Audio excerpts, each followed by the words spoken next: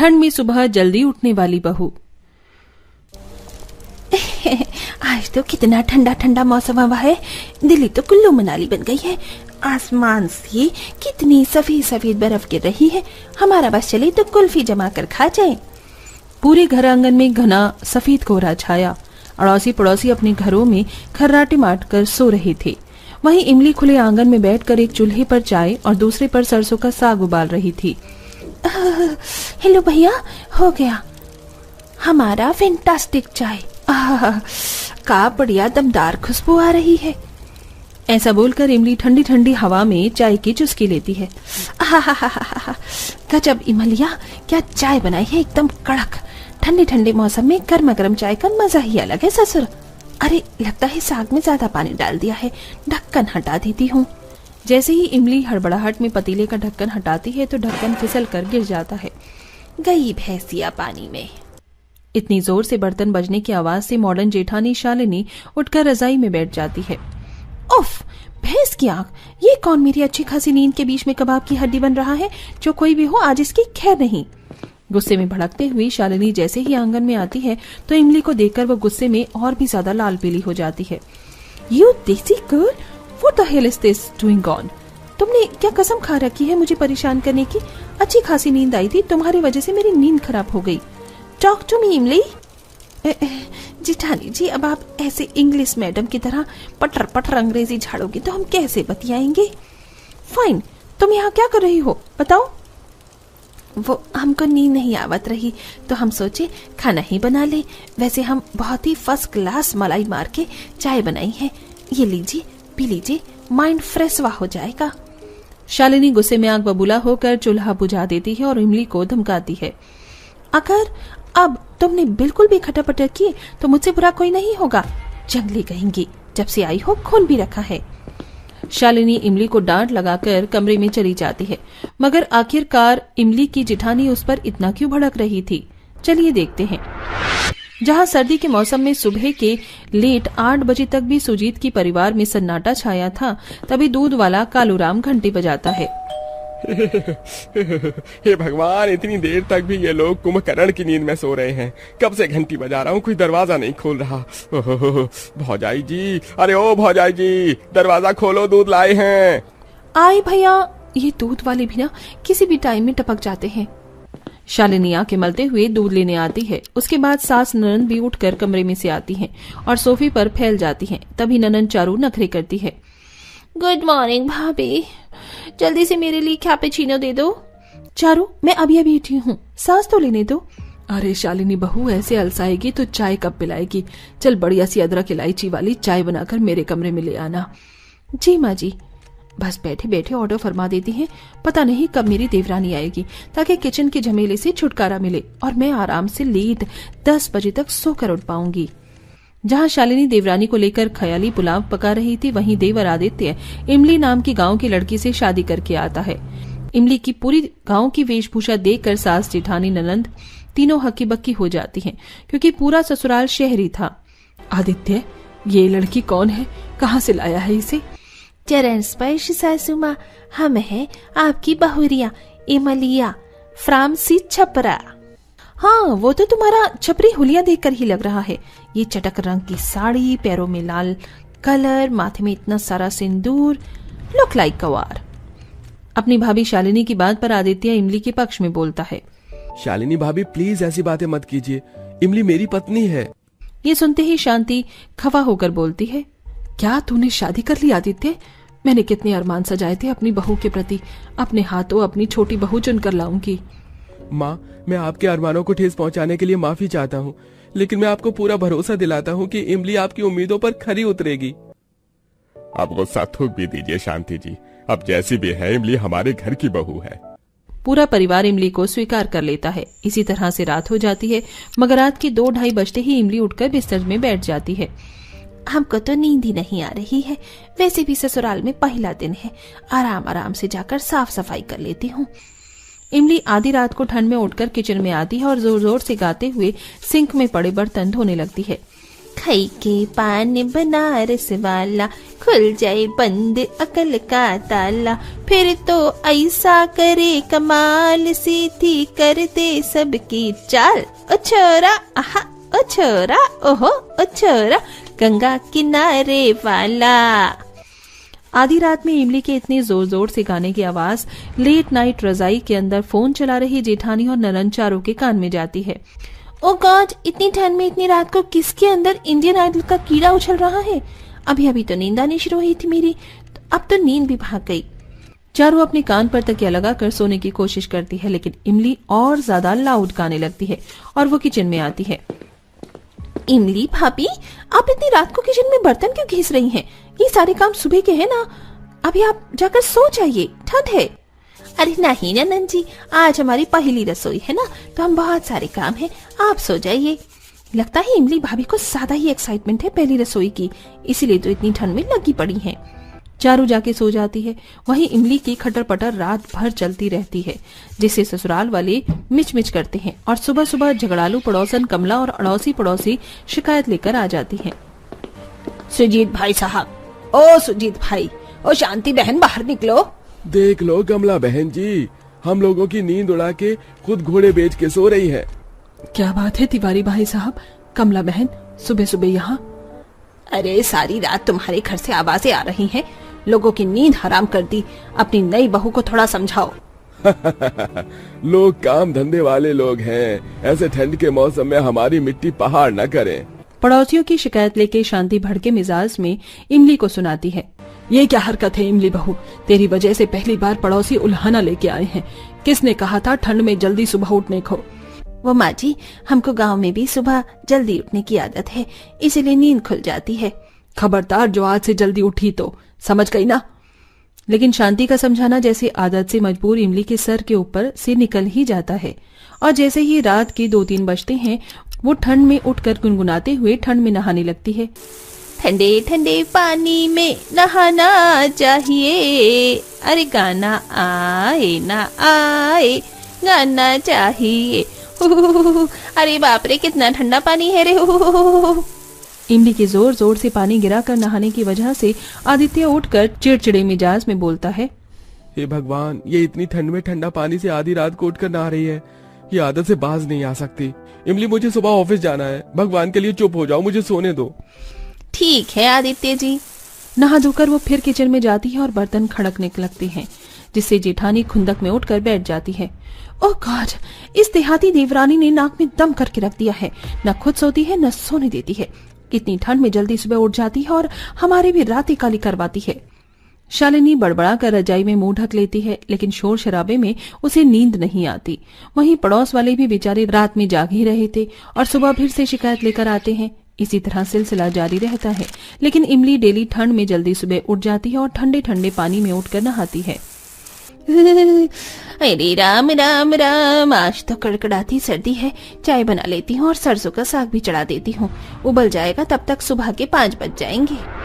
इमली खुले आंगन में ही चूल्हे पर चाय बनाने लगती है और एक बार फिर बर्तन की आवाज से जेठानी उठ जाती है और गुस्से में उसे सुना डालती है। आई एम सॉरी, इस बार मेरी जंगली उल्लू की पट्टी देवरानी को समझ में आ गया होगा, अब चैन से सो सकती हूँ। शालिनी जैसे ही चादर तान कर सोने की कोशिश करती है, तभी उसे धड़ाम से कुछ गिरने की आवाज आती है। अब ये क्या शोर था? लगता है मेरी जल्दी जागने वाली देवरानी सुधरने वाली नहीं है। इसे समझाना भैंस के आगे बीन बजाने जैसा है, मगर इस बार मैं इसकी अच्छे से वाट लगाऊंगी। शालिनी खुंदक में जैसे ही बाहर आती है तो देखती है इमली जमीन पर पड़ी ठंड से थर थर कांप रही थी। इमली, इमली क्या हो गया तुम्हें? हे भगवान, इसका शरीर तो बिल्कुल ठंडा है। माँ जी, देवर जी, पापा जी, जल्दी आइए सब लोग। पूरे परिवार वाले आंगन में आ जाते हैं। आदित्य इमली को बेहोश पड़ा देखकर डॉक्टर को फोन करके बुलाता है। डॉक्टर साहब, क्या हुआ है मेरी इमली को? वो बेहोश कैसे हो गई? आप लोग इतने लापरवाह कैसे हो सकते हैं? इनके शरीर का तापमान ठंड की वजह से बहुत कम है और तेज बुखार भी। शुक्र है जो बुखार दिमाग तक नहीं पहुंचा। मैंने इंजेक्शन दे दिया है, आप इन्हें गर्माहट में रखिएगा। इतने में इमली को होश आ जाता है और डॉक्टर की बात सुनकर सबसे वो माफी मांगती है और अब इमली ठंड में जल्दी सुबह उठने की आदत छोड़ देती है। इच्छा बहू, ये हीरो का रानी हार हमारा पुश्तैनी हार है, जो मैं आज इस घर की दुल्हन होने के नाते तुम्हें दे रही हूँ। आज से ये तुम्हारी अमानत है। इस बेशकीमती हार के लिए धन्यवाद सासू माँ। अरे बहू, इसे पहन लो, तुम्हारी खूबसूरती में 4 चांद लग जाएंगे। राजवती डायमंड सेट इच्छा को पहना देती है। फिर एक एक करके मुंह दिखाई में आई हाई क्लास लेडीज भी उसको हीरे की चीजें देती है। ये क्या, सासू माँ के साथ मेहमान भी मुझे हीरे की ज्वेलरी चढ़ा रहे हैं? ऐसा लग रहा है मैं किसी ख्वाब में जी रही हूँ।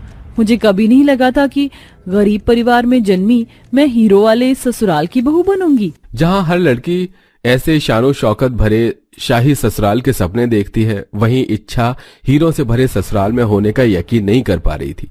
पर आखिर कैसे एक गरीब परिवार की लड़की हीरो वाले शाही ससुराल की बहू रानी बन गई? चलिए जानते हैं कहानी में।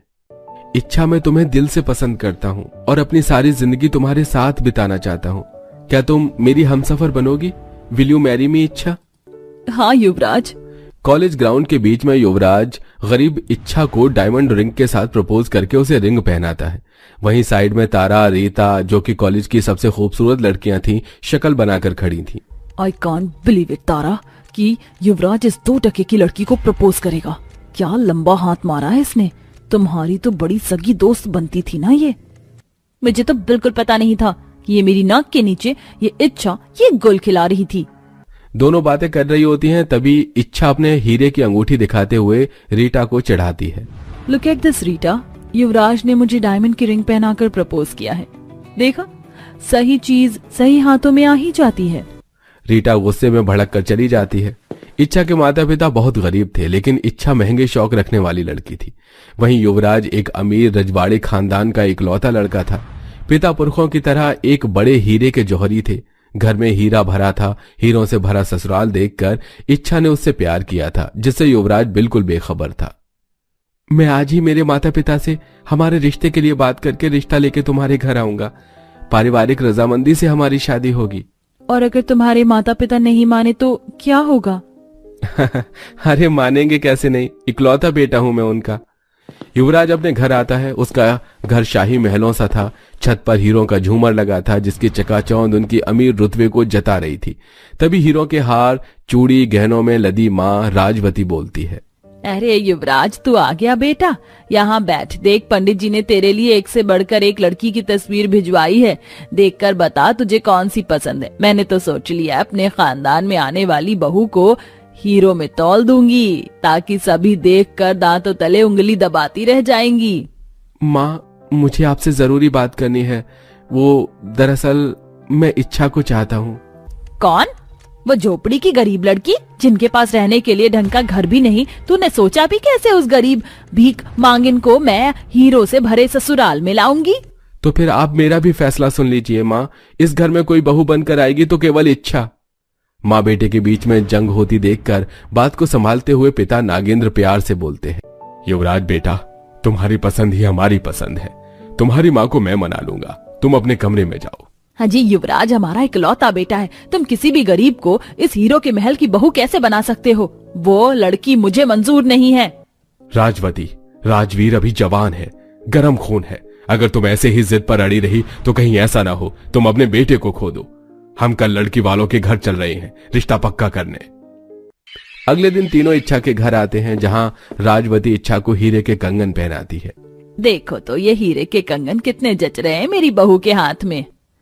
सुनो जी, समधन जी ने तो इच्छा के लाखों के हीरो के कंगन चढ़ाए हैं। हमारे पास तो केवल चांदी का यही सिक्का है। कोई बात नहीं तुलसी, जाओ दामाद जी के हाथ में नारियल और ये सिक्का रख दो। दामाद जी, हमारी हैसियत आप लोग जितनी बड़ी तो नहीं है। बस ये नारियल और चांदी का सिक्का स्वीकार कीजिए। ये क्या समधन जी, हमने अपनी होने वाली बहू को हीरो के कंगन चढ़ाए, कम से कम आप सोना तो चढ़ाते। चांदी का कितना ही मोल होता है। माँ, तोहफे की कीमत रुपयों से नहीं बल्कि देने वाले से होती है। और मेरे सास ससुर ने इतने दिल से मुझे ये दिया है। मुझे कुछ नहीं चाहिए, मुझे बस इच्छा चाहिए। झुक झुक जीते रहिए जमाई राजा।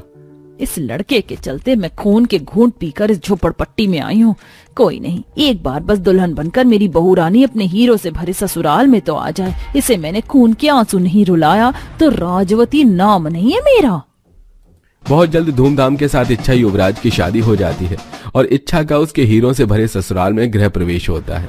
सास राजवती चांदी की परात वाली थाली जिसमें हीरे जड़े थे उससे उनकी आरती करती है। आओ प्यारी बहू रानी, हीरो से भरे ससुराल में तुम्हारा खूब स्वागत है। भगवान जी, मेरे तो भाग्य ही खुल गए जो मुझे हीरो से भरा ससुराल मिला है। देखो कितना बड़ा झूमर लगा है और हीरे कितने चमचमा रहे हैं और ये पूजा की थाली में भी हीरे चढ़े हैं। मैंने तो अपने मायके में इतनी गरीबी देखी थी कि पत्तलों में खाना खाया था। खैर, अब मैं इस शाही खानदान की इकलौती बहू और कल को ये हीरो से भरा ससुराल मेरे अकेले का होना है। सारी हीरो की चीजों पर मेरा अधिकार होगा। कुछ देर में मुंह दिखाई होती है जिसमें राजवती हीरे का डायमंड सेट चढ़ाती है जिसे देख बहू फूले नहीं समाती। अब देखना यह है कि हीरों से भरे ससुराल में उसकी खुशी कब तक बरकरार रहने वाली थी। मुंह दिखाई खत्म होते इच्छा कमरे में आराम करने आ जाती है। तभी राजवती भड़कते हुए अंदर आती है। इच्छा बहू, ओ इच्छा बहू, तुम्हारा ध्यान किधर है? इतना कीमती हीरो का हार तुम गिरा कर चली आई। वो माँ जी, मेरा ध्यान नहीं रहा कि हार गले से गिर गया है। चीजों को संभालना सीखो। अब तुम हीरो से भरे ससुराल की बहू अपने पिता की मिट्टी वाले घर की तरह इन हीरो को मिट्टी मत समझो। इच्छा को अपनी सास की यह बात चुभ जाती है और फिर वो चुप रहती है। इसी तरह दिन गुजरते हैं। उफ, ये हीरे का कंगन पहनकर तो काम भी नहीं होता। ये डायमंड सेट भी कितना भारी उतार कर रख देती हूँ। इच्छा गहने उतार कर अपनी माँ के लिए चांदी के हल्के टॉप्स और कंगन डाल लेती है जिस पर तानाशाही सास उसे सुना देती है। इच्छा बहू, मैंने तुझे जो हीरो का सेट दिया था तूने वो उतार कर ये चांदी क्यों पहना है? गला कलाई सब सुना है। तुम गरीबों को हीरा रास नहीं आता क्या? अपने गुरूर के आगे राजवती अपनी गरीब बहू को उसकी बात रखने का एक मौका नहीं देती और उसे ले जाकर अपने कमरे की तिजोरी के पास खड़ा करती है और अपनी तिजोरी में से सारे डायमंड सेट निकाल कर गुस्से में उसे थमा देती है। ये सारे हीरो के गहने हैं, हल्के भारी दोनों हैं। आज के बाद मुझे तेरा गला और तेरी कलाइयां सूनी नजर नहीं आनी चाहिए, समझ गई ना तू? लगना चाहिए कि तू हीरो से भरे ससुराल की बहू है, समझी? इच्छा की आंखों से टप टप आंसू गिरे जा रहे थे। उसने सहम कर जवाब दिया।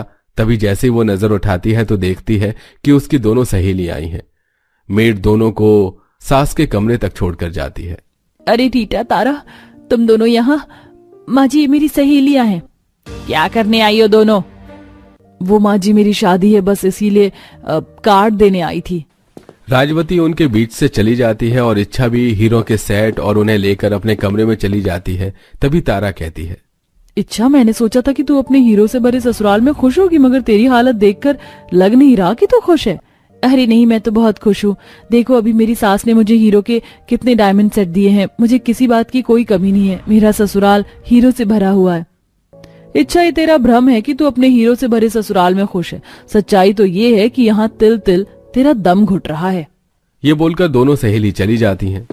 तुम दोनों ने बिल्कुल ठीक कहा। मैं इस हीरे से भरे ससुराल में जरा भी खुश नहीं हूँ। मैं घुट रही हूँ यहाँ पर। इसी तरह से दिन गुजरते हैं। एक दिन राजवती अपनी सहेलियों के साथ घर में किटी पार्टी करती है और बेहोशी में ब्रेसलेट उतारकर कहीं रख देती है। अगले दिन इच्छा के माता पिता उसे मिलने आते हैं। माँ, पिताजी, आप दोनों यहाँ? प्रणाम। खुश रहे बेटी, बस तेरी याद आ रही थी, मिलने का दिल किया तो चले आए। ये थोड़ी मिठाई लाए हैं। तभी आग बबूला होकर राजवती आकर इच्छा के माता पिता पर इल्जाम लगाती है। वाह मेरी गरीब बहू, इतना लंबा हाथ मारने के बाद भी तेरे दिल को चैन नहीं पड़ा जो अब तू अपने गरीब बाप को भी करोड़पति बनाने पर तुली हुई है। माँ जी, आप ये क्या कह रही हैं? मैं समझी नहीं। ज्यादा ना समझ बनकर मत दिखा बहू। मेरे हीरो का ब्रेसलेट गायब है, कहाँ है बोल? बेटी के ससुराल में ऐसा तमाशा देखकर गरीब माता पिता वहां से जाने लगते हैं। चलो तुलसी, ये हमारी बेटी के ससुराल का निजी मामला है, यहाँ से चलते हैं। एक मिनट ठहरो जरा, तुम दोनों की तलाशी के बगैर तुम नहीं जा सकते।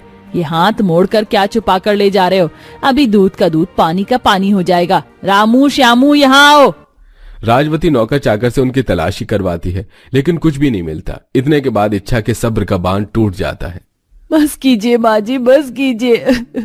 माना कि मैं गरीब की बेटी हूँ। हाँ, मैंने राजवीर से ये हीरो के भरे ससुराल को देखकर प्यार किया और शादी भी, क्योंकि मुझे लगता था कि यही सब कुछ इंसान को असली खुशियाँ देता है। मगर मैं गलत थी। मुझे नहीं पता था, मेरे माता पिता को नहीं पता था कि इसकी कीमत चुकानी पड़ेगी।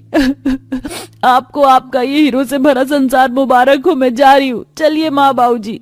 रुक जाओ इच्छा, तुम इस घर से अकेली नहीं जाओगी, मैं भी तुम्हारे साथ जाऊंगा। अपनी बहू बेटे को घर से जाते देखकर नरेंद्र का गुस्सा राजवती पर भड़कता है। आज तुम्हारी वजह से मेरा इकलौता बेटा मेरी आंखों से दूर जा रहा है राजवती, मैं तुम्हें माफ नहीं करूंगा। राजवती का घमंड चूर चूर हो जाता है। उसे न चाहते हुए भी अपनी गरीब बहू को रोकना पड़ता है। रुक जाओ मेरे बहू बेटे, कहीं मत जाओ। मैं एडजस्ट करने की कोशिश करूंगी और खुद को बदलने की भी। इस तरह वो दोनों रुक जाते हैं और उस दिन के बाद से इच्छा अपने हीरों से भरे ससुराल में चैन से रह पाती है।